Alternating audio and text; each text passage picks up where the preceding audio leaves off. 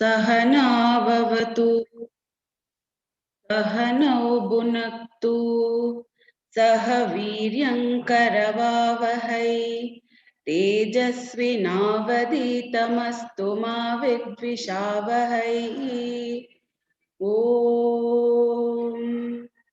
शान्ति शान्ति शान्तिः. Om Shri Sai Ram, and a very good afternoon to everyone. Offering my prayerful obeisance at my master Bhagwan Shri Sathya Sai Baba, who is embodied in our Sadguru. It's my pleasant opportunity to welcome our leadership board members, staff and students of Shri Sathya Sai University for Human Excellence to this Words of Wisdom session. It's my humble privilege to introduce our speaker for today, Mrs. Gitanjali JB. Ma'am, it's a great opportunity to have an audience with you today. For the benefit of our students, Gitanjali ma'am hails from Baleshwar, Odisha. She completed her master's in management from Xavier Institute of Management. She worked in a corporate sector for 6 years and she established a publishing house in Chennai, the Helos Books, and she also worked with the home hospitals in Chennai. Ma'am's journey didn't stop here. She pursued her dream project, the HIAL, Himalayan Institute for Alternatives, Ladakh. Apart from this, ma'am is a graceful ballet dancer and a black belt karate champion too. She also teaches karate to the students of HIAL, and she also initiated the peaceful warriors to empower the young girls to defend themselves. Ma'am, in our institution, students will be trained in different skills which they are interested in to enable them to widen their horizons in what they're capable of, like driving, communication skills, problem solving techniques, the Carnatic, Hindustani and the Western music. And they will be given opportunities to perform on the international forums. Ma'am, what inspired me a lot personally is those verses from your talk. One can have a successful career by including all the talents which you have and inculcating all of them in what you do. Really, those were the lines which really needs at this time. Whatever we have to include everything in what we do, focus everything on one to achieve the success. Ma'am will be addressing today on learning how to learn, the indispensable learning for 21st century. Over to Gitanjali ma'am. Thank you, Saubhagyalakshmi. And good afternoon, everybody. Very happy to see you all. If you could have your videos on, that would be nice.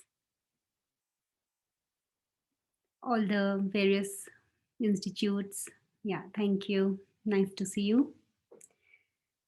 So yes, as Saubhagyalakshmi said, that I did my graduation in physics honors and my master's in business management. And now I'm heading an educational institute. I've learned Odissi dance, the Indian classical dance, Russian ballet. I'm a black belt in karate. And now I'm learning horse riding and Hindustani classical. I speak Punjabi, Hindi, Oriya, Bengali, English, and now I'm learning Ladakhi and gaining fluency in Sanskrit. I moved from 35 degrees, tropical Chennai, plus 35, to minus 20, trans-Himalayan Ladakh, 5 years ago. Now you may wonder, why all this diversity? Why can't one stick to just one field or specialization that one has undertaken? And that's precisely the subject of my talk today. So we live in very unprecedented times. If you see the pace of change, it is exponential. What took hundreds of years, it took to move from pigeons to telegraphs, but within a few years, we have moved to all kinds of wireless technology, and we have come now to the advancements of artificial intelligence, which is taking away so many jobs that we were once in. It is told that about 50% of the jobs will disappear over the next 20 years. It means that all that we are training for today and to do, those very technologies may not exist 20 years later. So this is the practical aspect of why we have to we have to keep learning, continuing to learn, because the rate of change of evolution has become very rapid in the recent times. The other reason that we need to keep learning is because the purpose of life is to become rounded, integral beings, to become all rounders. And it's only when we learn many things all through our lives can we keep connecting the dots and coming up with innovative things. Several years ago, it was not possible to even think that biology and engineering can come together. And yet, we had this new discipline called biotechnology. Similarly, there could be many such new disciplines waiting to be discovered at the cross section of several disciplines. And that is why we need to learn several disciplines as well. So, we will look at each of these things in our session today. So, what is this recipe of learning how to learn? How can we keep learning all through our lives? So, we understood that why we need to keep learning. Now, how do we do it? So, the first thing that we need to have if we have to keep learning is to have a meta idea, is to have an ideal to which we have dedicated our lives, the big picture, what is the purpose of our life? And any purpose, the higher the purpose is, the more universal will it be, and more things can come under its umbrella. So, your aim of life could be to come up with some innovation that will change the way human beings live. It could be to become a, a very versatile singer, or it could be to attain spiritual liberation and through that help the whole of humanity. So, depending on, first, we need to have a larger purpose, because it's only around that purpose that we can design our learning practice or our learning journey. So, the first thing is to have this larger purpose. This is called in Japanese ikigai. What is my ikigai? My purpose of living. In India, in Indian systems, we call it our swadharma. What is our swadharma? What are we born to do in this life? So, to have a journey into that inquiry is the first thing, to be able to learn how to learn. The second is to know and to have this knowledge that we are infinite potentialities. We are not this limited body, mind, and emotions, and we are not whatever we studied in our graduation or post graduation, or even what we did our PhDs in. We are infinite potentialities. We have,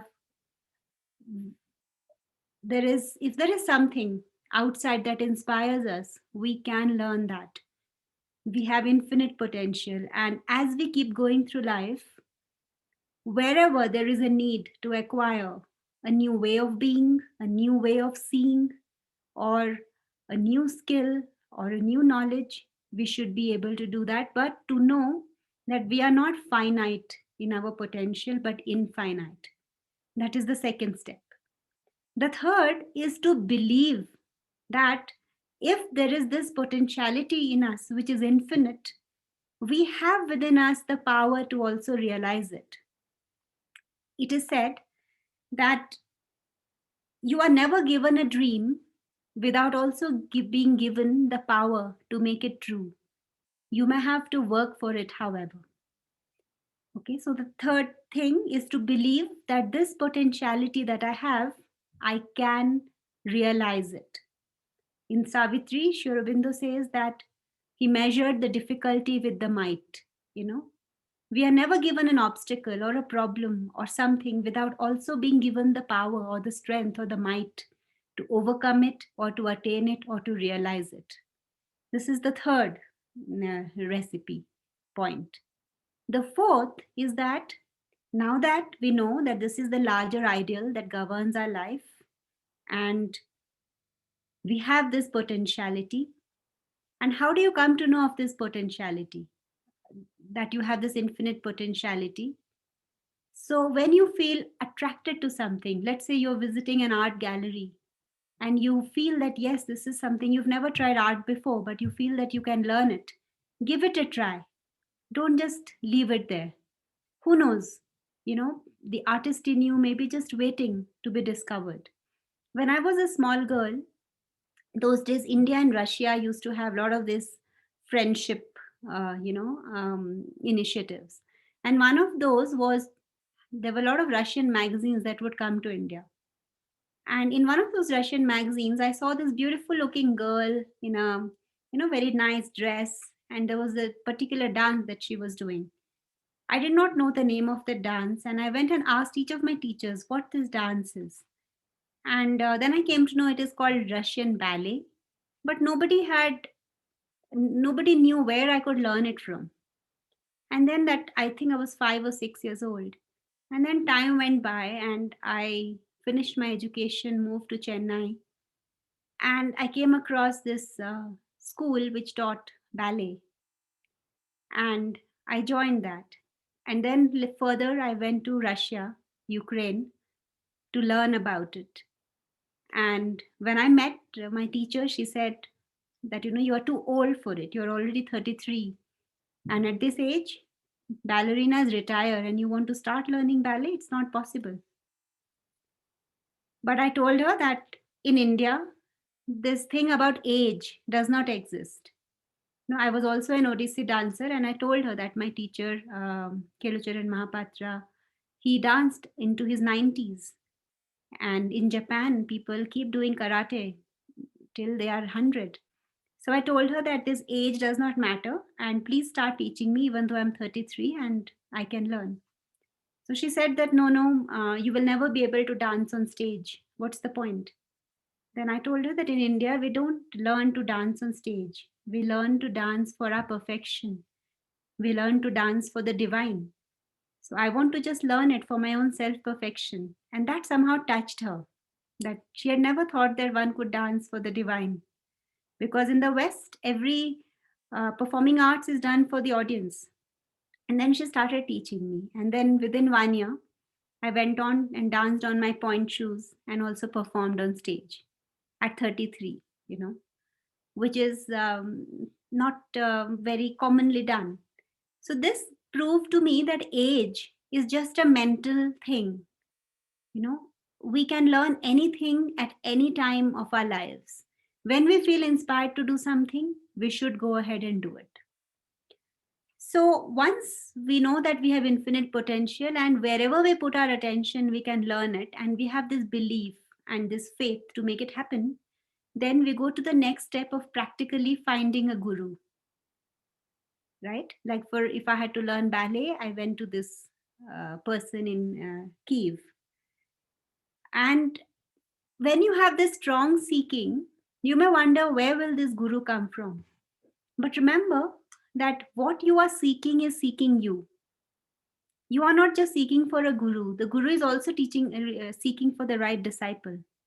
And when your call is sincere, when you sincerely want to learn something, you will have that right teacher will come your way.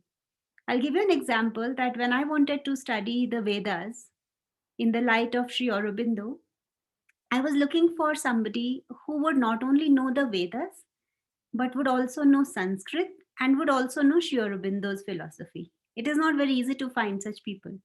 Because there are a lot of Sanskrit scholars who know maybe other things but not the Vedas. There are a lot of Vedic scholars who know Sanskrit but do not know Sri Aurobindo. There are a lot of people who know Sri Aurobindo's philosophy but do not know the Vedas or Sanskrit. So to find all of these three was very difficult. So when I enrolled into an MPhil program, even the evening before, a friend of me asked that, did you find this teacher you were looking for? I said, no, not yet, but I think I will find. And the next day when this MPhil program started, the first speaker came in and the topic was Vedic vision in the light of Sri Aurobindo.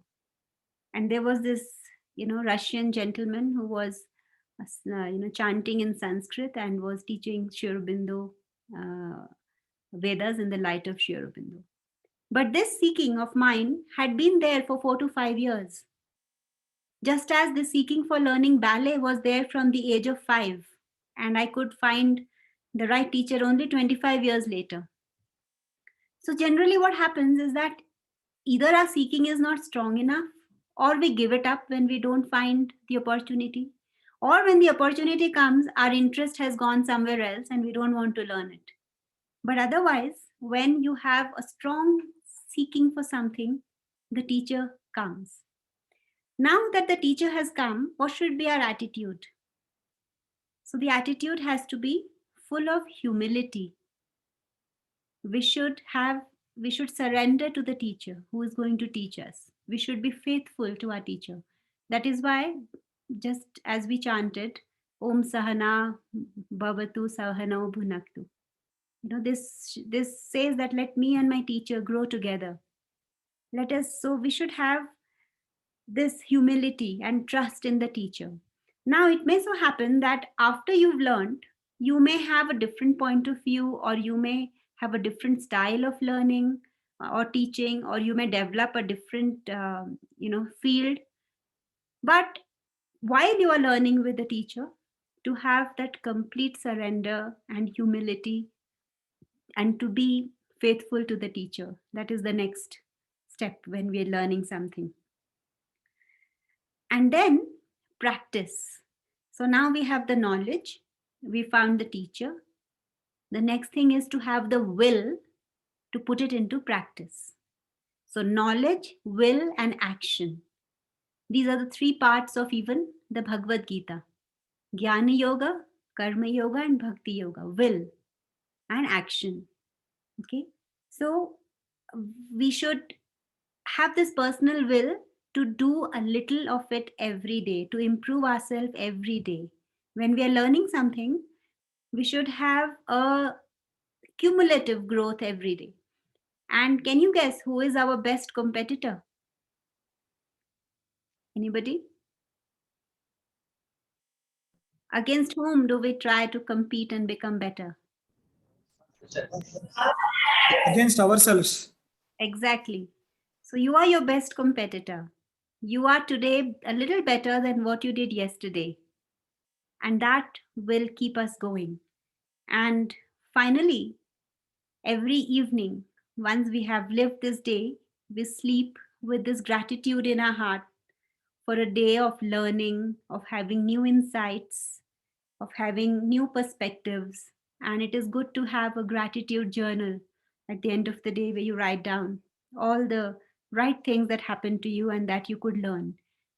But do not ever go to bed without having learned something new, or having got a new insight, or having learned a new lesson. Every day it has to be progressively learned. Now, what should be the areas of learning in our lives? I mean, what should it be? Should it be just the subject that we're learning? Should it be just the profession that we want to choose? Or should it be just the work that we are doing? What are the areas where we should learn every day? So if we are following an integral fulfillment on earth, an integral progress and an integral growth, we have to have this learning also, which is integral. Okay, so what is this integral learning? So it is directly corresponding to the different planes of our being, of our personality, what we call ourselves. Okay, the first thing that we call ourselves is this body. Okay, this is what we have. This is the temple in which God, our soul, resides. Okay, so we have to have, this is our duty to keep this temple clean. It is our duty to keep this temple healthy. So the first area of learning, lifelong, and learning how to learn is to develop a body that is strong, that is flexible, that is resilient, that can, that is healthy, that is beautiful in proportions, because the divine manifests in the physical as beauty.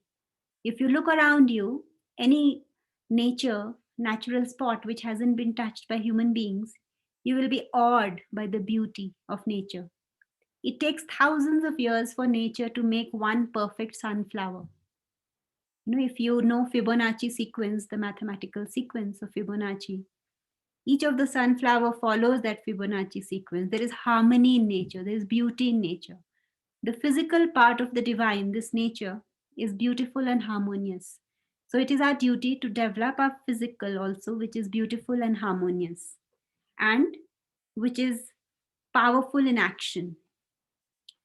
So physical development would mean being skilled, skills of the hand, being skilled in music, in instruments, in art, in sculpture, in crafts, in cooking, in driving, in swimming, in housekeeping.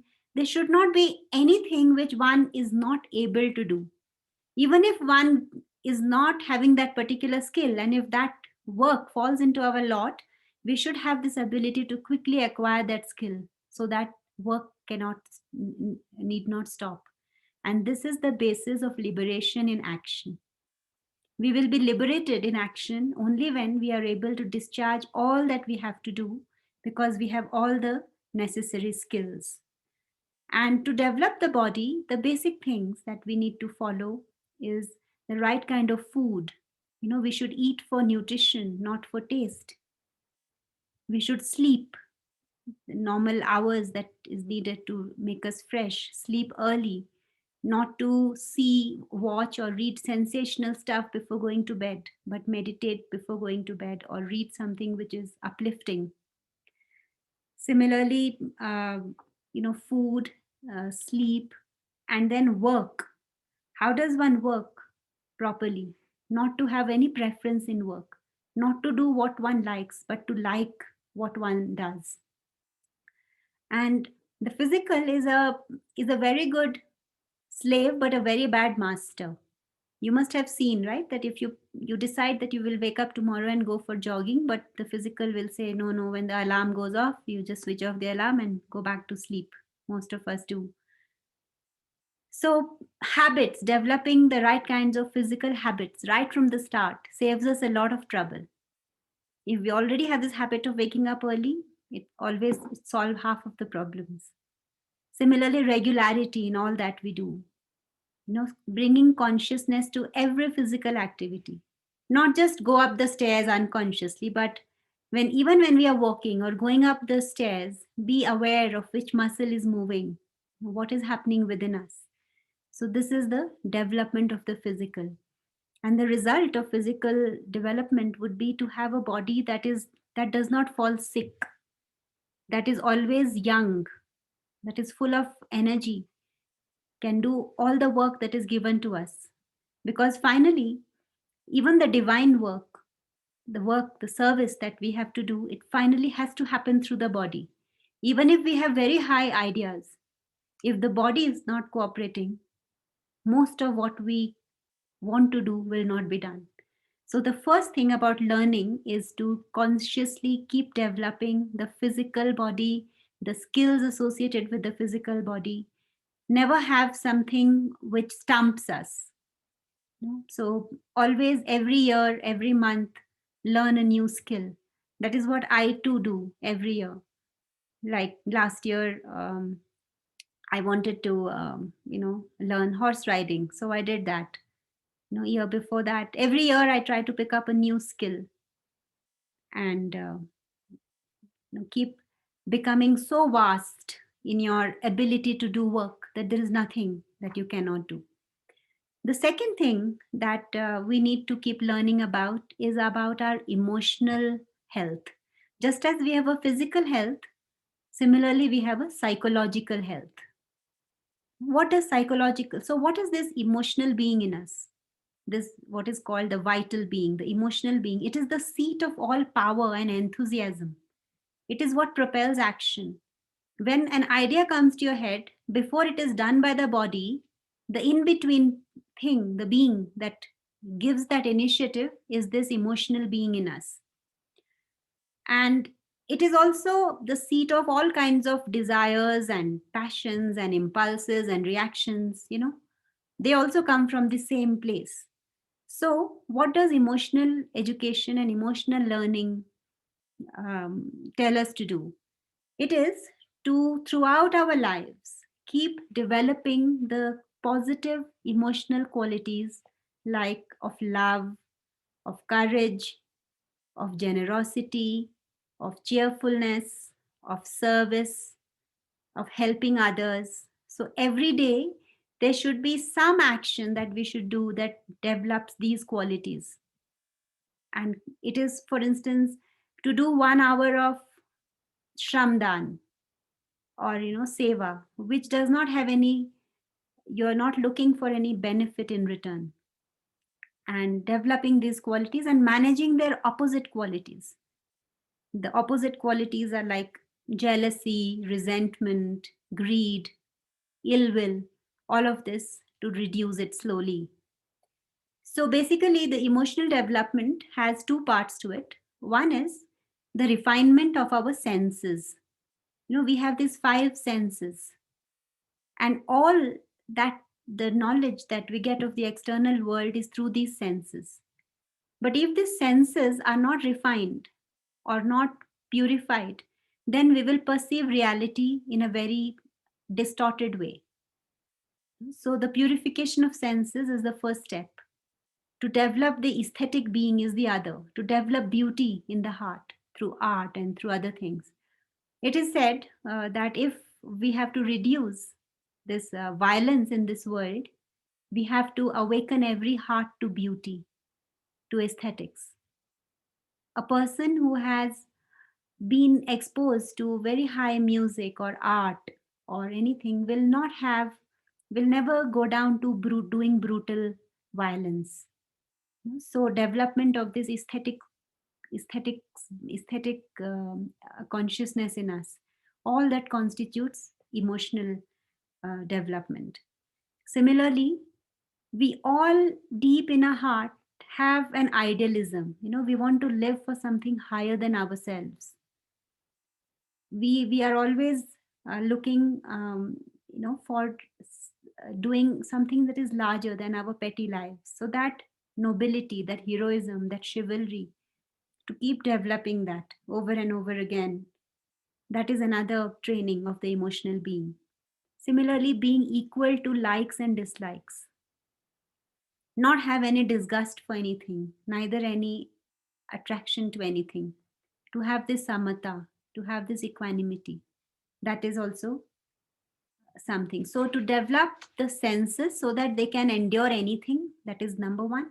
And number two, vital emotional development is development of a character that is full of nobility and idealism and heroism and wanting to dedicate one's life to something bigger and larger than ourselves.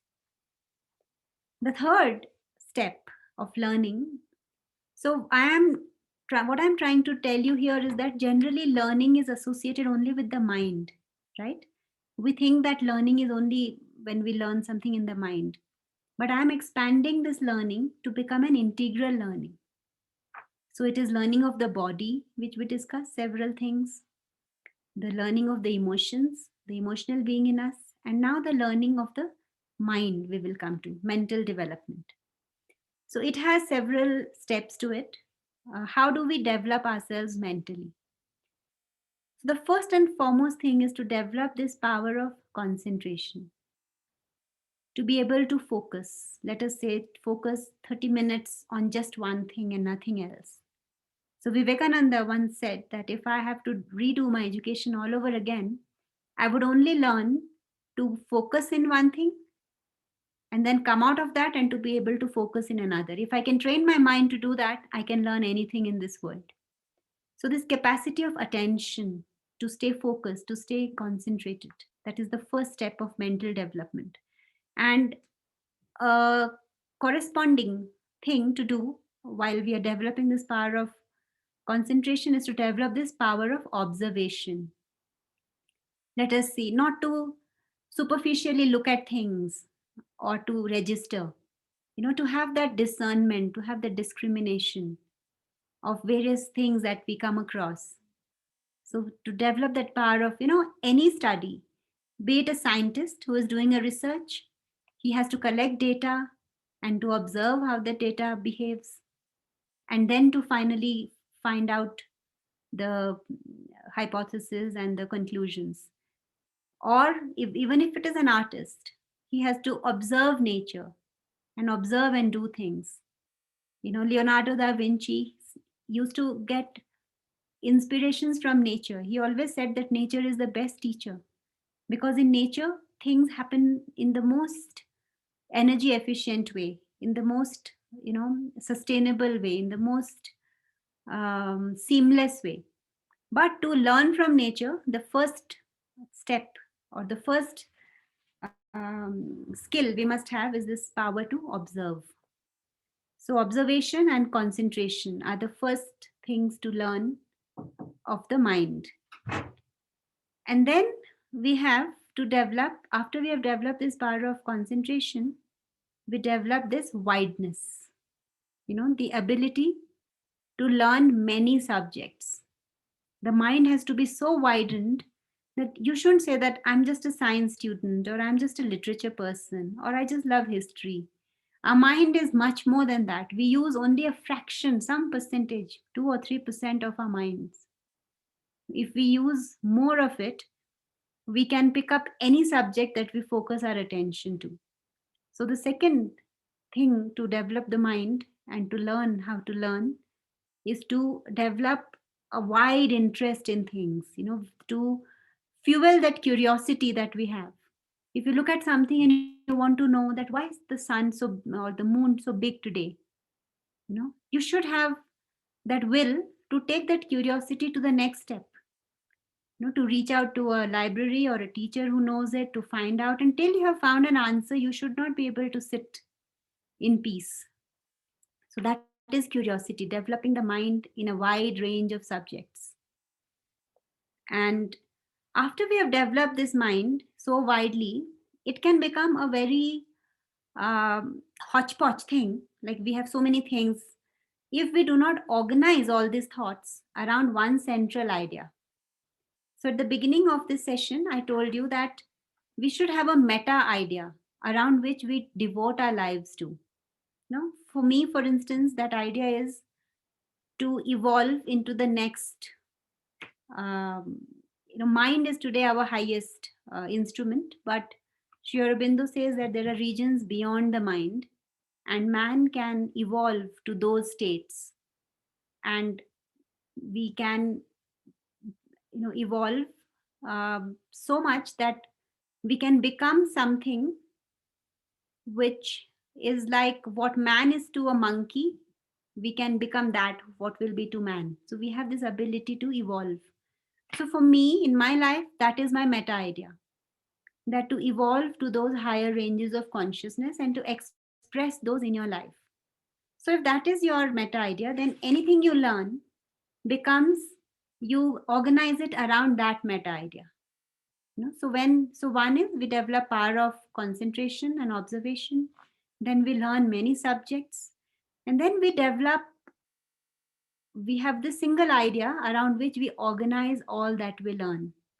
And there are several techniques which were used in India to develop the mind.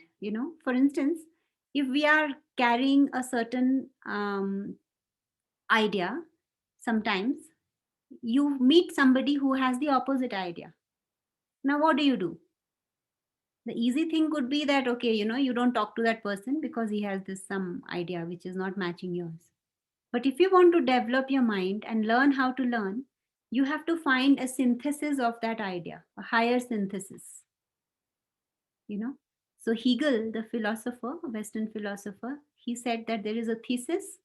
You propose a thesis, you propose a antithesis, opposite of that, and then you develop a synthesis. So when you develop your mind like that, you must have all participated in debate competitions, right?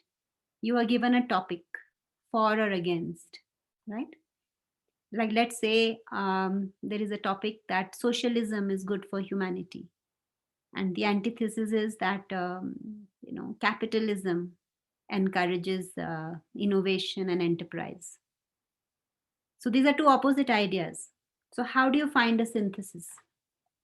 So when you train your mind to see things from many points of view and develop a higher point of view, which includes all these point of views, then that is the other training of the mind. And finally, this is the contribution of India to the world. And today it is not taught in our schools because we follow the Western system of education, is to develop this mental silence. So the Indian knowledge systems recognized that mind is not an instrument of knowledge. Mind can only receive and reflect knowledge. And the more it is silenced, the more it will be like a lake that is still and that can reflect the light of the moon. So this is the fourth stage of developing our mind, where we teach it to remain silent and be like a mirror that reflects the light from above. The Kena Upanishad says that to which the mind cannot reach, the Brahman, is that mind cannot reach, but through whose help the mind can think. So to reflect and to be an instrument of that Brahman consciousness, that is the final development of the mind. And what do we do on a daily basis to achieve that? We should have a journal in the evening. It's called the reflective journal, the reflection journal. You should reflect your entire day before you go back to sleep. When did you act in accordance to your ideals? When did you deviate from your ideals? Why did you do that? And then you develop a cleavage between you and your thoughts. That is the first step to mental silence. The cleavage of the Purusha and the Prakriti. And that finally leads us. So when mind has achieved silence, there is no knowledge that it cannot learn. It becomes very powerful. And so the other important thing in mental learning is to have control of speech. It is very easy to just keep talking all the time, or very easy to be completely silent in speech. But to be able to speak what is important, what is necessary, and to have a control over speech, not to speak ill of others, not to speak behind people's back, not to judge others, because our mind cannot judge another person. Till we have achieved that Brahman consciousness, we cannot know reality. So we cannot judge the other person. So all of this, and also entertainment for the mind, has to be chosen very carefully. Entertainment should not be to fall into lower levels of consciousness. These days, entertainment is to go to this, hotels and party and to drink and to do all kinds of things. That is not entertainment. That is falling into lower ranges of consciousness. Entertainment should bring light. It should bring upliftment. It could be like going for a satsang, or going for a music, that is learning music, or bhajans, or even movies which are very uplifting. So we should also choose our entertainment properly. And finally, the fourth aspect of our being is beyond the physical, the emotional, and the mental. Beyond these three and supporting it is our spiritual consciousness.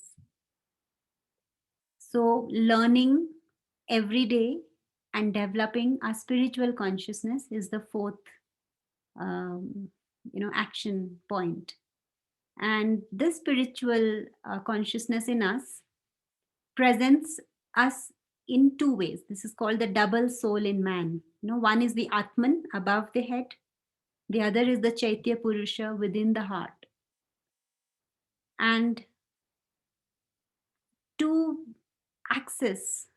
to aspire to access these two is the beginning of spiritual learning.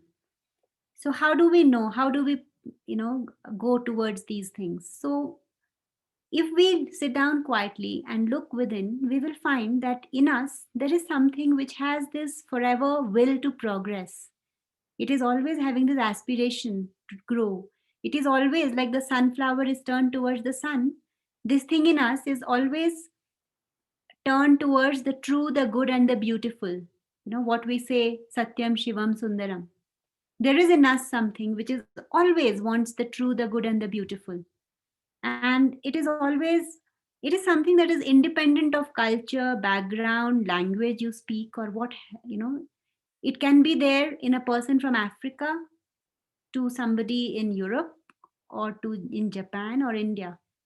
So there is something in us which is not conditioned by our um, you know um, our culture and from where we are. It is eternal, it is immortal. And if we sit down quietly and silence our various desires and our various things, passions, we will reach this stage. And it is our true individuality. It is our true I, beyond our ego. And when we start living in this, there is this sense of living in eternity. One feels that one is forever there and one will forever continue. There is a sense of living universally. You will feel that you are in everything. And one develops a tremendous equanimity towards everything in life. So, this certitude in us of eternity, of universality, of endless space and endless time, this is this spiritual uh, part in us, and which every day we can strengthen through daily meditation, through sitting down quietly and going within. And this would be the last stage of learning how to learn. So at the end of um, all this, uh, one would find that if somebody asks you, what are you? Normally we have this habit of saying, right? I'm a doctor, I'm an engineer, or I'm a this and that. So we are limiting ourselves. But when we go on this path of learning how to learn, we will, if somebody asks you, so what do you do or who are you? You would just say that I am the task at hand. Whatever needs to be done right now, I can do it. If it is a particular thing of the mind, I can bring all my faculties together, my mental knowledge, my emotional will, my action in the body, my spiritual consciousness together, and I can discharge anything that requires that work. So a very famous American author, Robert A. Heinlein, says that a human being should be able to change a diaper, plan an invasion, design a building, write a sonnet, balance accounts, build a wall, comfort the dying, take orders, give orders, cooperate, act alone, solve equations, analyze a new problem, program a computer, cook a tasty meal, fight efficiently, and die gallantly. So each of you is multi-talented. All you need to do is to be brave and to courageously venture out into all that your hearts leap out to. So in India, we have this varnas, the four varnas. And these four varnas were actually not castes as it has become today or as known today, but these were temperaments. That what is my temperament? What am I born to do? So a person of knowledge who pursued knowledge, mental development, was called a Brahmin. A person who pursued emotional bravery and courage was called the Kshatriya. A person who could, produce things and make things and exchange for money or other things that makes life better was called a Vaishya. And a person who could serve and who could do perfection in works was called a Shudra. These were not castes. There was nothing higher or lower. All were equal. A man of knowledge was as important as the man of service, because each of the four, as per the Purusha Sukta, are important to run this whole world, or to run this collectivity, or to society. Even in us, in an organization, you will find these four needed. You need people who strategize, men of knowledge. You need people who go out and clean up things so that these strategies can be put in place. They are the Kshatriyas, we have the Vaishyas and Shudras. Even in our own being, we have in us a person who wants knowledge, another person who wants to do action. So the aim of Indic knowledge systems, when they had these four varnas, was not to just be a specialist in one varna, or to just say I'm a Brahmin, I have only to pursue knowledge. The Vedas say that the aim of everybody of us is to become Chaturvarnya, is to have all these four varnas in ourselves. And that is what we discussed today. Our physical being, all skills we should have.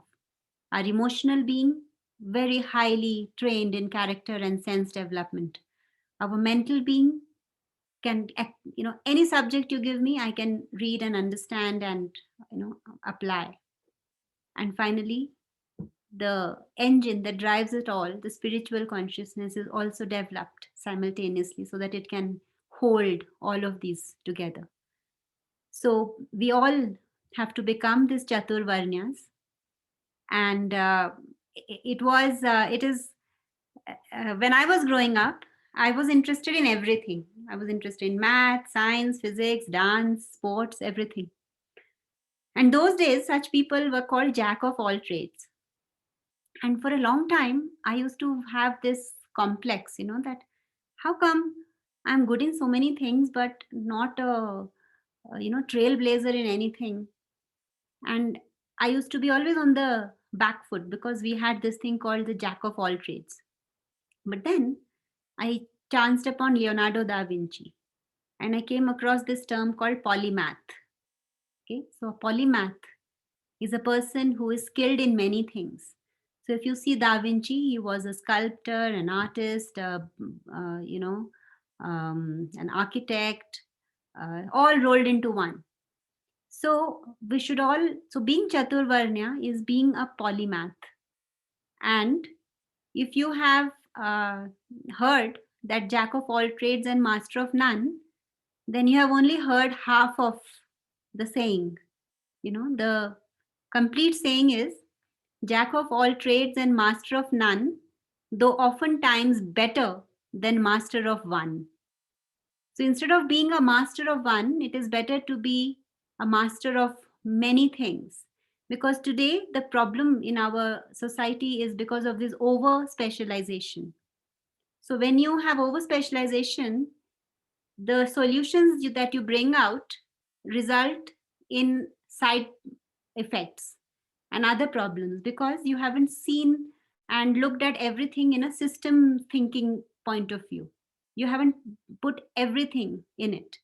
So when we develop ourselves as integral beings through lifelong learning, and we learn how to learn with the recipe that we see, then we become very effective instruments of the divine, and we can then offer our lives to this service of divine, of humanity, and dedicate our lives for causes that are larger than ourselves. And we are liberated in knowledge because we can learn anything. We are liberated in action because we can do anything. We are liberated in every sense of the being, every sense of the word. So all I would request you to do is to throw off, don't have any fear, throw off your bowlines, sail away from the safe harbor, as they say, catch the trade winds in your sails, explore, dream, discover, and do multiple things. Become jack of all trades and become master of many. Thank you. We can now take questions if you have or some. Thank you, ma'am. It was really inspiring to listen from somebody who has practiced what and how we should be. And to say in this competitive world in the 21st century, it is very important to we imbibe so many different qualities. And the way you were telling that meta idea is very important. We must plan what we should do, and what we should do, we should have an idea how we are going to achieve. Really, by listening to your words, I really felt that each and everybody should inculcate a different quality. So we had a couple of questions which they were asking, ma'am, how do you keep motivating yourself constantly to learn a new thing? Yeah. So it's because the meta idea, how big that meta idea is, that keeps you inspired. If your meta idea is just to support your family and to earn a salary, then very soon it will be achieved. By the time you're 25 or 28, that will be done. And then what is there more in life to achieve? Then life becomes a drudgery. So to have a very high aim in life, to have a very high ideal to pursue, and so that keeps one motivated, because life is an understanding that life is such a great opportunity to grow. It is only in life that progress happens, that evolution happens. And it is great to do new things and to keep integrating them in what you're doing. It brings a lot of richness to what you do. Yes, ma'am. We need to have a above idea, above our personal life. We need to do something to the society. Maybe that is the one key thing which always keeps us motivated. We never stop learning so that we can serve the society which has given us so much. And recently Lata Ma'am, if Mangeshkar passed away, and she was, I think, 92. And every day she would still do 1 to 2 hours of riyaz, because her meta was to sing beautifully and to continue singing. So when we find our meta idea or our ikigai or our swadharma, then we don't retire, because it is something that we love to do, and we wake up to do that. ma'am, there is another question. Learn to liberate is very mammoth idea. What is the specific learning that we should learn in this regard to get closer to liberation?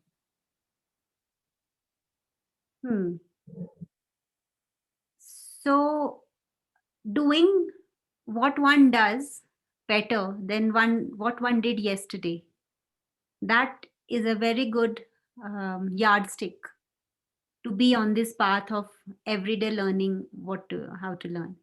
They say that creative people, they don't, if they have to go from point A to point B, let's say from their home to their schools, they don't take the same route every day. They try a different route, creative people. So when we are doing something, how can I do it differently? How can I do it better? How can I do it more creatively? What else can I bring into it? So just keep going on increasing one's comfort zone. So whatever comes to us as pain or suffering or ignorance, it is a pointer that our comfort zone needs to be expanded. If something is paining me, let us say, this in Ladakh now, the maximum temperature during the day is -5 degrees. Maximum. Minimum is -20.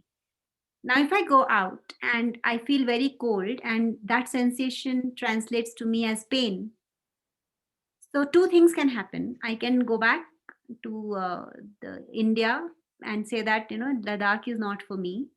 Or I can decide to expand my comfort zone, that can this -5, can I make it normal for me? And it is where in the mind you place what is relative. If you think 25 is comfortable, then -5 will be very uncomfortable. But if we try to increase our comfort zone, then you will see that that same pain becomes pleasure. You step out and you enjoy that cold. So liberation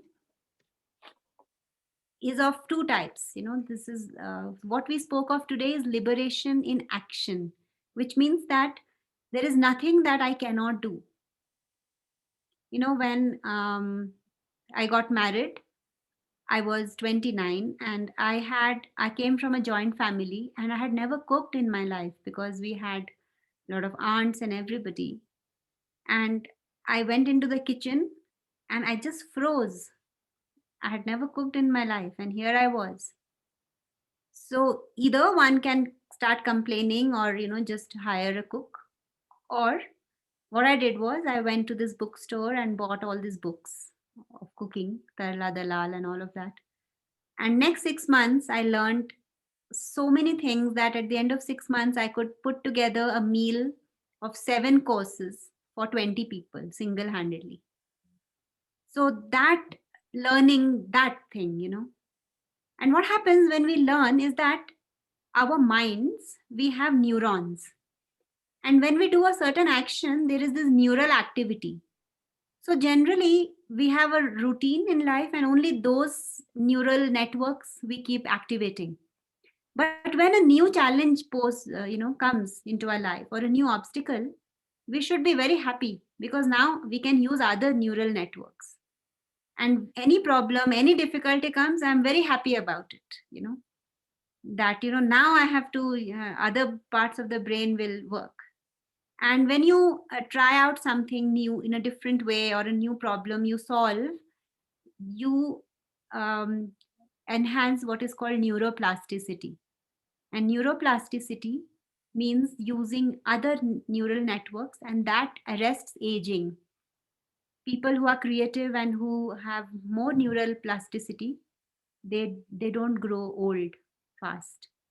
And now science has been researching that it is not just neuroplasticity, but neurogenesis that happens. Earlier, we were told that after 20 or 21, when you have finished your education, till then only the neurons grow. After that, they start declining. And that is what is called old age, when less and less neurons are there.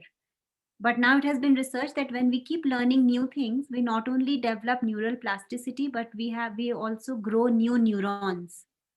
And those neurons keep us young and healthy.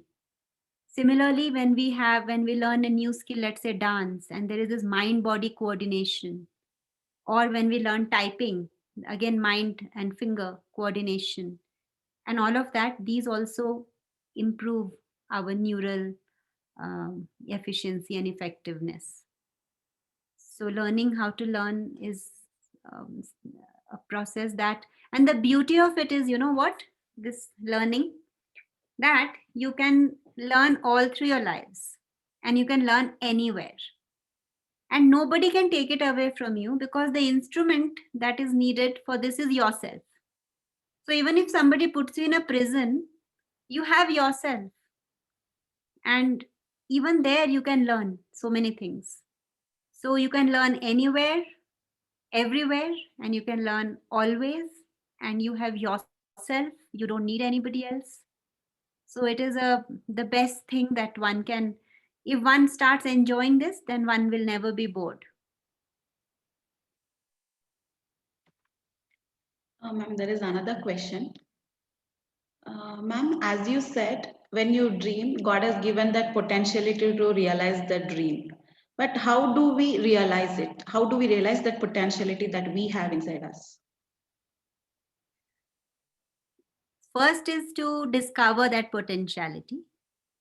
So, and that comes through life. You look at something and you feel inspired to do it. You go to a village and you see somebody making pots, a potter, and you want to do it. You try. It comes from outside or it comes from within. And once that is realized, there is this personal effort has to be there, that will. to put that into practice and to every day be at it. Let's say you take up the learning of music, so every day to have half an hour for the practice and every day to improve it compared to yesterday. So it is a combination of knowledge, will, and action. We should know where to learn from that knowledge. We should have the will to learn and to progress and to grow. And we should do the necessary action that is needed for the practice of it. Basically, it's these three. Thank you, ma'am, for your kind patience for answering all the questions. Ma'am, as you said, we have to learn so that we can develop that potentiality. What everything we aspire in our education institution is that leaders become like you, like inspire you, educators who serve the society very selflessly. So once the students step into our portals from their 6th standard till the doctoral degree, they'll be given free education. After that, after they getting educated themselves in this institution, they will be placed in our own institutions which are across Karnataka, and one in Tamil Nadu and one in Hyderabad. So usually the main motto is to give education to those who are needy, those who are helpless. So what we teach them is to inspire people like you, the way you did, though those words were very simple, the sentence were very simple, they were really very inspiring. So what we do here is educate those girls and pass on the knowledge which they have got to their younger generation who are in need of that. Ma'am, it's been my what to say interest and experience when I was listening to your talk which you gave in Hyderabad. Which really stuck me was that courage is not that you lack fear, but courage is something you overcome fear. So those were the lines which we really wants to inculcate in those students who want to realize their dreams, who wants to fulfill their dreams and serve the society very selflessly. Ma'am, it was an honor for us to listen those precious words from you so that we have a guide to move forward and achieve whatever we want and what is good for the society. It was really wonderful talk, ma'am. Thank you. All of us are really So, grateful to you for this wonderful talk. so I'm asking to the students, was it useful? Did it help you? Did it inspire you?